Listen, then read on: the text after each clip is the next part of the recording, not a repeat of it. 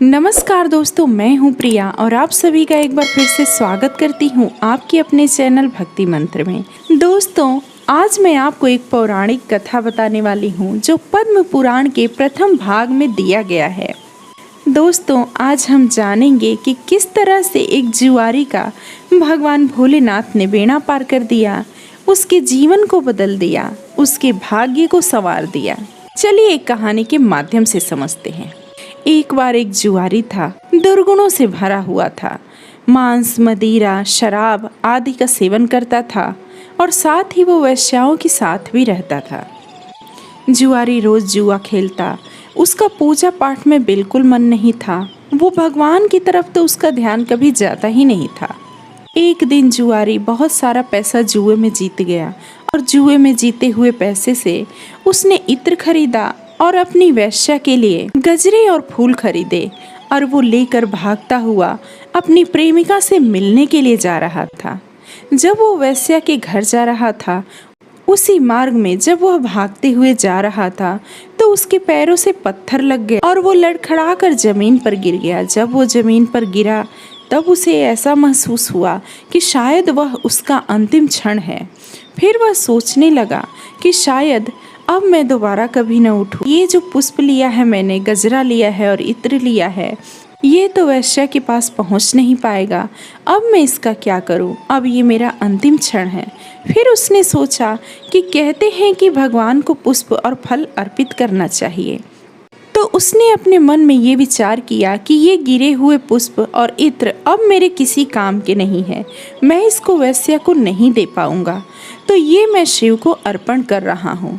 ऐसा उसने मन में सोचा और थोड़े ही क्षण के बाद उसकी मृत्यु हो गई। जब उसकी मृत्यु हुई तो उसको यमराज लेने आए, क्योंकि वो बहुत ही पापी और बहुत ही दुष्टाचारी था। तो यमराज उसको लेने आए। यमराज उसको यमलोक लेके गए। जब उसके कर्मों का लेखा जोखा शुरू हुआ तब चित्रगुप्त ने देखा कि इसके बहुत ही बुरे कर्म रहे। ये जीवन भर पाप किया, व्यभिचारी था, दुष्ट था और बहुत सारे दुर्गुणों से भरा हुआ था। इसने अपने जीवन में मृत्यु निकट देखकर भयवश होकर इसने गिरे हुए इत्र और पुष्प भगवान भोलेनाथ को अर्पित किया है। यही इसका एक अच्छा कर्म है जो इसने भय के क्षणों में किया है। ऐसा चित्रगुप्त यमराज से कहने लगे। यमराज ने कहा, इसके भय की स्थिति में होने के बावजूद इसने जो पुण्य कर्म किया है, इसको ध्यान में रखते हुए इसको 3 दिन का स्वर्ग प्राप्त होगा। इसके पुण्य जो है उसके अनुसार इसको 3 दिन के लिए स्वर्ग दिया जाएगा। इसके बाद उस जुआरी को 3 दिनों के लिए स्वर्ग का राजा बनाया गया। अब क्या था, स्वर्ग का राज्य पाते ही जुआरी समझ चुका था कि दान का कितना महत्व है। इसके बाद उसने स्वर्ग में जो भी कीमती वस्तुएं थी, घोड़े थे, हाथी थे, इंद्र का जो हाथी था, शस्त्र थे, धन थे और जो भी कीमती वस्तुएं थे उनका वो दान करने लगा। और 3 दिनों में ही जुआरी ने स्वर्ग को खाली कर दिया और सारी वस्तुएं दान में दे दी। चौथे दिन जब इंद्र ने अपना राज्य संभाला तो उन्होंने देखा कि सारा राजकोष और सारा स्वर्ग खाली हो चुका है। तब वो गुरु बृहस्पति के पास गए और कहने लगे, हे बृहस्पति देव, अब आप ही बताइए कैसे व्यक्ति को आपने स्वर्ग दे दिया? उसने तो सारा स्वर्ग ही दान कर दिया। तब गुरु बृहस्पति हंसने लगे और कहने लगे कि इंद्र, आप इतने समय से स्वर्ग में हैं, लेकिन आपको दान का महत्व नहीं पता है। आप अभी भी लोभ मोह में फंसे हुए हैं। और एक वो जुआरी है जिसको यह ज्ञान हो चुका है कि दान का कितना महत्व है और दान क्यों आवश्यक होता है और दान का कितना बड़ा पुण्य मिलता है। अगर आपको फिर से वो वस्तुएं वापस चाहिए तो आप जाइए, जिन ऋषि मुनियों के यहाँ उसने दान में ये वस्तुएं दी है उनसे आप वापस लेके आइए। ऐसा कहकर बृहस्पति देव हंसने लगे। जुआरी के दान पुण्य करने से उसके कर्म अच्छे हुए और उस जुआरी का दोबारा जन्म हुआ राजा बलि के रूप में।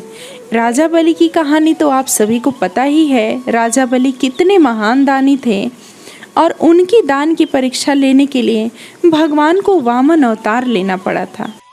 दोस्तों, अब आप समझ गए होंगे कि भोलेनाथ जब किसी व्यक्ति का उद्धार करना चाहते हैं, उस पे अपनी कृपा दृष्टि करते हैं, तो क्षण भर में उसकी बुद्धि कैसे बदल देते हैं और कैसे उसका जीवन संवार देते हैं और कैसे उसका भाग्य निर्माण कर देते हैं।